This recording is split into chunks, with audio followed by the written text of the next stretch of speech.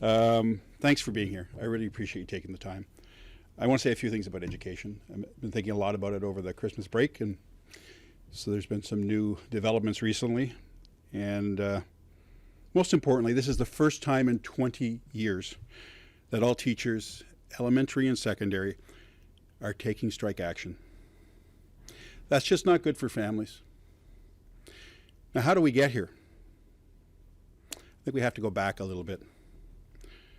First of all, the government started its mandate by vastly overstating the deficit to create a context for cuts. We all know this. The FAO, the public accounts, the Auditor General have confirmed it. It's a fact.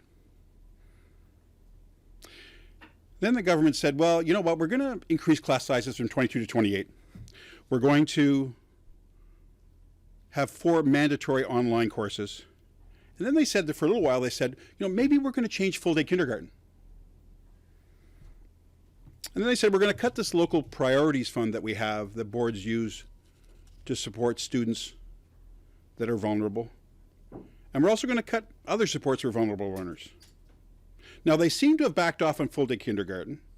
They're now saying 25 instead of 28, 2 courses instead of 4. The minister fired the negotiation team a couple hundred days into negotiations with no notice. They've introduced legislation to cap wages. They keep fudging the numbers and bargaining through social media. Now, in negotiations with CUPE, they reversed those cuts they were talking about. I'm not going to cast any aspersion on them, but it seemed to happen at a very convenient electoral time.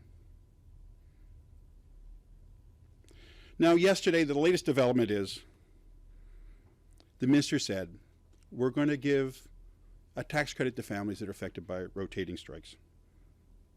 And that's going to help some families. There's no question about that. It's not what families need.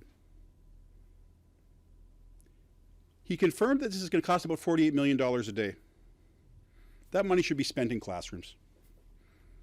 The core of this, the problem here is, this government has no plan for education. They are all over the map. And I've just described some of the things, some of the places they've been in education in the last 18 months. So they do have a plan for something. They got a plan for $10 billion in unannounced tax cuts, baked into the fall economic statement. That's on top of $6 billion that they've already announced. And this is at a time when they're crying austerity and continuing to exaggerate the size of the deficit. So it just doesn't add up. None of this adds up. There's a problem with the math. So if you read the FAO's fall report, it says, the headline on the news release, don't have it with me, you can check it out. Government restrains program spending to find unannounced tax cuts and spending measures.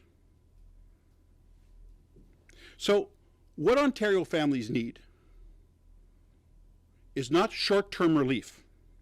What they need is for the government to have a real plan for education, and the government and the teachers to get back to the table.